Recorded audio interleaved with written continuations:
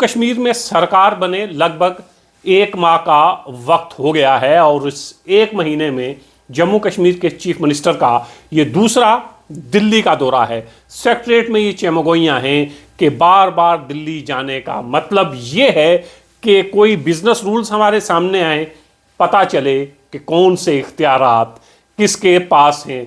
इस वक्त सिर्फ सोशल मीडिया पर चीज़ें हमें दिखाई दे रही हैं, लेकिन ज़मीन पर होता हुआ कुछ भी दिखाई नहीं दे रहा है। इसकी वजह यह है कि अभी तक ये तय ही नहीं हो पाया है कि जम्मू और कश्मीर में कौन से इख्तियारात लेफ्टिनेंट गवर्नर के पास हैं और कौन से इख्तियारात चीफ मिनिस्टर जम्मू और कश्मीर के पास। बिजनेस रूल्स इस वक्त तक हमारे सामने नहीं है जिसमें यह तय होता है कि कौन से इख्तियारात किसके पास है।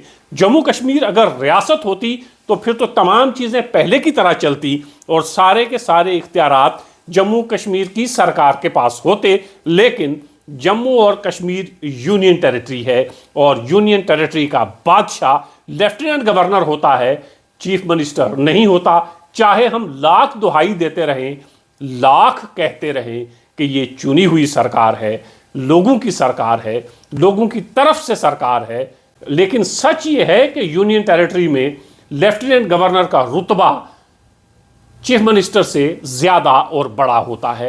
तो जम्मू और कश्मीर में अभी हम देखते हैं कि ऑनरेबल चीफ मिनिस्टर मीटिंग कर रहे हैं और बहुत सारे ऑफिसर्स उसमें मौजूद होते हैं, चीफ सेक्रेटरी उसमें मौजूद होते हैं, हमारे कैबिनेट मिनिस्टर्स मीटिंग कर रहे हैं, उसमें भी ऑफिसर्स मौजूद होते हैं।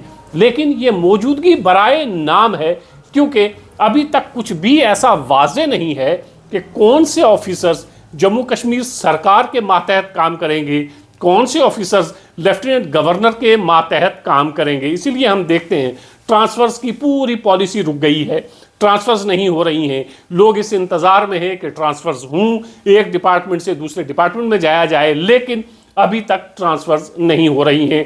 बड़े पैमाने पर कोई ट्रांसफर्स इस तरह की हमारे सामने नहीं है।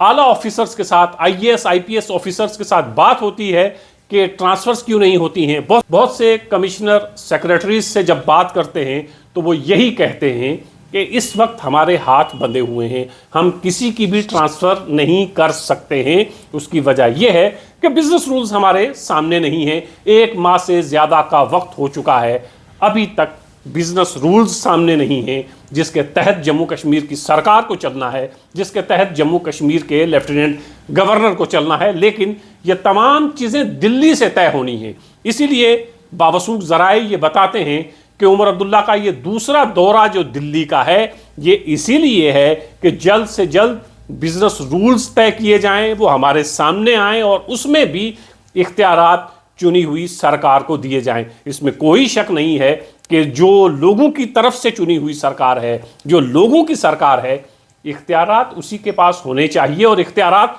उसी के पास होते हैं। लेकिन यह रियासत का जब मामला होता है तब ऐसी बात होती है। यूनियन टेरिटरी में इख्तियारात लेफ्टिनेंट गवर्नर के पास होते हैं। जहाँ हमारे MLA इंतज़ार कर रहे हैं, कैबिनेट मिनिस्टर इंतज़ार कर रहे हैं, चीफ मिनिस्टर और लेफ्टिनेंट गवर्नर इंतज़ार कर रहे हैं, वहीं जम्मू कश्मीर की आवाम भी इस चीज़ की मुंतज़िर है कि कब बिजनेस रूल्स आएंगे, कब ये चीज़ें बिल्कुल तय हो जाएंगी, कब ये चीज़ें हमारे सामने आएंगी कि कौन से इख्तियारात किसके पास हैं। अभी हम देखते हैं कि कैबिनेट मिनिस्टर्स मीटिंग ज़रूर ले रहे हैं, चीफ सेक्रेटरी भी उसमें आते हैं, लेकिन रूल्स तय हो जाएंगे तब ये पता चलेगा कि ऑनरेबल कैबिनेट मिनिस्टर जो कुछ कह रहे हैं वो IAS ऑफिसर को करना भी है या नहीं करना है, या IAS ऑफिसर्स ने लेफ्टिनेंट गवर्नर की सुननी है।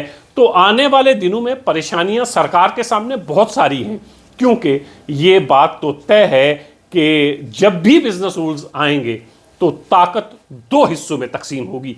ऐसा कतन नहीं हो सकता कि सारी की सारी ताकत लेफ्टिनेंट गवर्नर के पास चली जाए, और ऐसा भी नहीं हो सकता कि सारे की सारे पावर्स जो चुनी हुई सरकार है उसके हाथ में दे दिए जाएं। तो ये परेशानियां यकीनन तब तक रहेंगी जब तक जम्मू और कश्मीर यूनियन टेरिटरी से रियासत में नहीं बदलता है। तमाम सेक्रेटरीट में बैठे हुए ऑफिसर्स भी परेशान हैं कि हमें किस जानिब जाना है, किस तरफ चलना है, सरकार के अहकामात दिल्ली से क्या होंगे।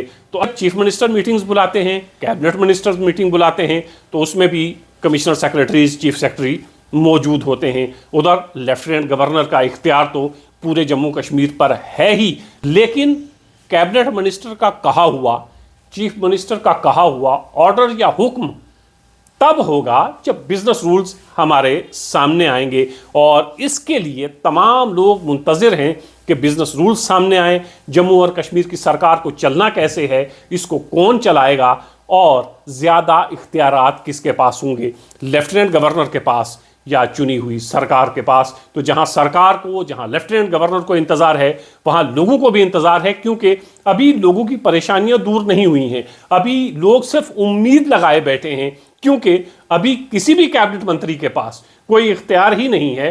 अभी कोई भी कैबिनेट मंत्री कोई बड़ा फैसला लेने का मजाज नहीं है।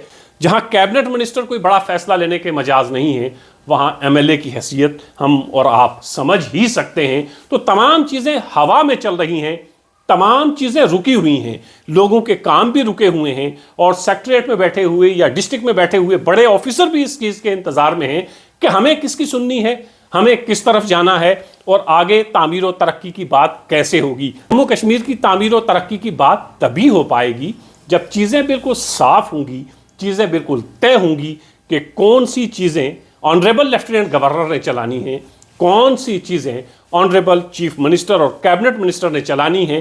तो ये चीज़ें जब तक वाजे नहीं होती, तमाम काम तकसीम नहीं होते, तब तक ये परेशानी तो जम्मू और कश्मीर के लोग जैसे फेस कर रहे हैं पिछले 1 महीने से, वैसे ही तब तक ये परेशानी वैसी ही बनी रहेगी जब तक बिजनेस रूल्स नहीं आते हैं। और बावसूख ज़राए ये बताते हैं, उमर अब्दुल्ला जब पहले दिल्ली गए थे तो उन्हें इस चीज़ की उम्मीद थी कि 1 हफ्ते के अंदर अंदर बिजनेस रूल्स हमारे सामने आ जाएंगे ताकि हम जम्मू कश्मीर में अपनी सरकार को आसानी से चला सकें। लेकिन 1 माह का वक्त हो गया है, अभी तक बिजनेस रूल्स नहीं हैं, और 25 तारीख से पार्लियामेंट का सेशन भी शुरू होना है। उम्मीद यह है कि 25 तारीख से पहले पहले बिजनेस रूल्स हमारे सामने आ जाएंगे, और तब तक हिंदुस्तान में बहुत सी रियासतों के इलेक्शन भी हो चुके होंगे।